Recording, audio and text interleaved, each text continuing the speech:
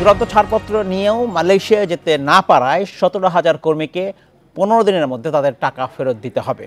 সংশ্লিষ্ট এজেন্সিগুলোকে এই সময় বেঁধে দিয়েছে প্রবাসী কল্যাণ ও বৈদেশিক কর্মসংস্থান মন্ত্রণালয়। এখন জন্ম সনদ দিয়ে খোলো বিকাশ স্টুডেন্ট অ্যাকাউন্ট, নিজের বিকাশ নিজে কর। এসব নিয়ে আলোচনা করতে আমার সঙ্গে যোগ দিচ্ছেন Bangladesh association of international recruiting agency বায়রার সাবেক মহাসচিব শামীম আহমেদ চৌধুরী নোমান। জনাব নোমান, আপনাকে স্বাগত জানাচ্ছি, আশা করছি আপনি ভালো আছেন। আজ এক সংবাদ সম্মেলনে প্রবাসী কল্যাণ প্রতিমন্ত্রী শফিকুর রহমান চৌধুরী এই নতুন সময় বেঁধে দিয়েছেন। খুবই স্বাভাবিক, যারা বিভিন্ন কারণে যেসব কর্মী মালয়েশিয়া যেতে পারেননি তারা তাদের টাকা ফেরত পেতেই পারেন। আপনার কাছে আমি জানতে চাই, এই টাকা ফেরত পাওয়ার ক্ষেত্রে কী ধরনের বাধা রয়েছে? ধন্যবাদ আপনাকে। এটি আমাদের কর্মীদের রাইটস, যারা যেতে পারেননি সঙ্গত কারণেই, যারা সবকিছু কমপ্লিট করার পরও তারা তাদের গন্তব্যস্থলে যেতে পারেনি, তাদের পেমেন্টটি তারা পাওয়ার দাবি রাখেন। এবং এই ব্যাপারে আমরা রিপ্রেজেন্টেটিভ বা আমরা যারা এই প্রক্রিয়া বা এই কাজটি যেসব আমাদের এজেন্সিগুলো করেন তাদেরও নৈতিক দায়িত্ব।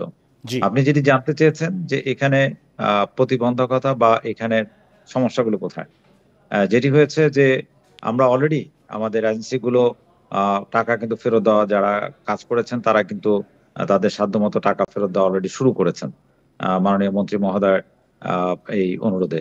এবং এটি আমরা মনে করি আমাদের জন্য নৈতিক দায়িত্ব অবশ্য।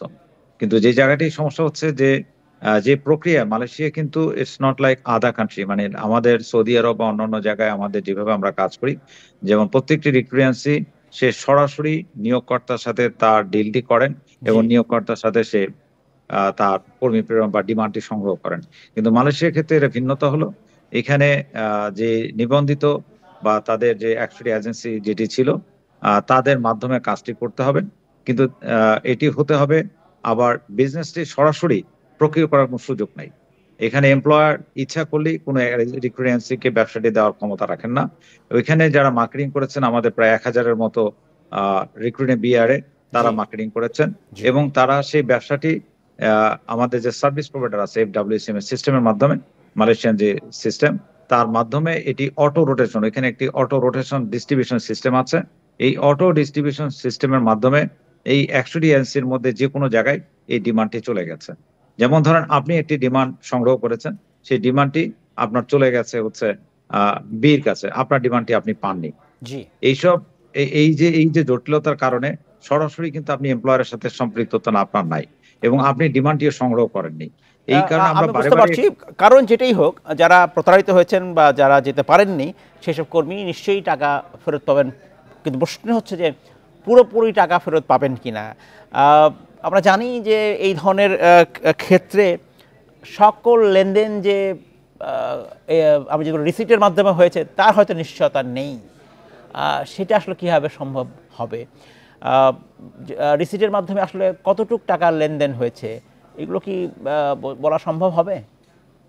আমি আপনাকে একটা জিনিস বলি, আমি যে জিনিসটা আসছিলাম, যেটা মালয়েশিয়ার প্রক্রিয়াটা যেটা হয়েছে সেটা হলো যে অ্যাসোসিয়েট বিআর এর মাধ্যমে যে ডিমান্ডগুলো প্রক্রিয়া হয়েছে এবং অটো রোটেশন ডিস্ট্রিবিউশনের মাধ্যমে এই 100টি এজেন্সির কাছে কাজ গিয়েছে। আমরা যে এই আমাদের কাছে যে অর্থটি আছে, মানে যাদের কাছে এই 100টি এজেন্সির কাছে আছে, যে কর্মী যেতে পারেনি তার এগেইনস্টে, তারা কিন্তু সেই টাকাটি ওই অ্যাসোসিয়েট বিআর এ যার মাধ্যমে এই জিনিসটি প্রসেস হয়েছিল তাকে কিন্তু তারা টাকাটি অলরেডি ফেরত দেওয়া শুরু করেছেন। এখানে যে জায়গাটি আপনি বলেছেন যে কত টাকা রসিদ আছে কিনা, কি আছে কিনা, এটি তো কারণ অনেকগুলো এর মধ্যে অ্যাসোসিয়েট বিআর আছে, অ্যাসোসিয়েট বিআর থেকে আপনার যারা মধ্যস্বত্বভোগী আছেন, অনেকগুলো লেয়ার আছে। সো এটা আমাদের এখনো সেই সিস্টেম ডেভেলপ করেনি। আমরা যেগুলো বারে বারে বলে আসছিলাম যে আমরা যদি এটা সেন্ট্রাল ডাটাবেস থেকে কর্মী নেওয়া সংগ্রহ হতো সম্ভব ছিল, তাহলে আমরা হয়তো সেটা করতে পারতাম, ব্যাংকিং চ্যানেলে পেমেন্টগুলো করতে পারতাম। কিন্তু মালয়েশিয়ার ক্ষেত্রে যেহেতু সরাসরি ডিমান্ড সংগ্রহ করার প্রক্রিয়াটি নাই, বর্তমানে যে সিস্টেমটাতে মালয়েশিয়ার কাজ হয়েছে, যেটি আমরা বারে বারে বলে আসছিলাম যে এই সিস্টেমটা আমরা অথরিটির কাছে বিনয়ের সাথে অনুরোধ করবো আবারও যেন মালয়েশিয়া মার্কেট খোলার সময় যেন এই পদ্ধতিতে অনুসরণ না করা হয়। তাহলে হয় কি, আপনি যদি সরাসরি ডিমান্ডে সংগ্রহ করার সুযোগ থাকে, এমপ্লয়ের সাথে কাজ করার সুযোগ থাকে, তাহলে কিন্তু সরাসরি সেই রিক্রুটিং এজেন্সিকে দায়ী করা যায় বা সেই রিক্রুটিং এজেন্সি তার দায়িত্ব নিতে পারে যে আমি আমার কর্মী পাঠাতে পারিনি, এই কারণে পাঠাতে পারিনি, সুতরাং সেই কর্মীর টাকা আমি ফেরত দিতে বাধ্য থাকবো। কিন্তু এইখানে এই ক্ষেত্রটা সম্পূর্ণ ডিফারেন্ট। এখানে পুরো জিনিসটাই কন্ট্রোল করেছে দি সিস্টেম প্রোভাইডার বা সার্ভিস প্রোভাইডার। এখানে কিন্তু আমাদের তেমন কিছু করার নাই। তারপরেও যেটি হয়েছে, আমাদের একটা পর্যায়ে যে মাইগ্রাম বলে একটা ইস্যু আছে, যেটা মেডিকেল করবার আগে লাগে। এই মাইগ্রামের যে ফিসটি সিস্টেম প্রোভাইডার বা সার্ভিস প্রোভাইডারকে দেওয়া হয়েছে, সেটি কিন্তু আমরা এখন পর্যন্ত ফেরত পাইনি। এই মাইগ্রামের যদি ফেরত না পাওয়া যায়, সেই ক্ষেত্রে এই যে কর্মীদের অর্থ ফেরত দেওয়ার ক্ষেত্রে এই টাকাটি কোত্থেকে রিপ্লেসমেন্ট করবে নিশ্চয়ই। যে সংশ্লিষ্ট বিআরএ, এরকম কিছু প্রতিবন্ধকতা আমাদের রয়ে গেছে। বাট স্টিল আমরা মনে করি নৈতিকভাবে এটি যারা যেতে পারেননি তাদেরকে আবার পাঠানো এবং তাদের আমরাও সেটাই আশা অর্থটি করব। ফেরত দেওয়া। অসংখ্য ধন্যবাদ জনাব শামীম আহমেদ চৌধুরী নোমান আমাদেরকে আপনার মূল্যবান সময় দেওয়ার জন্য।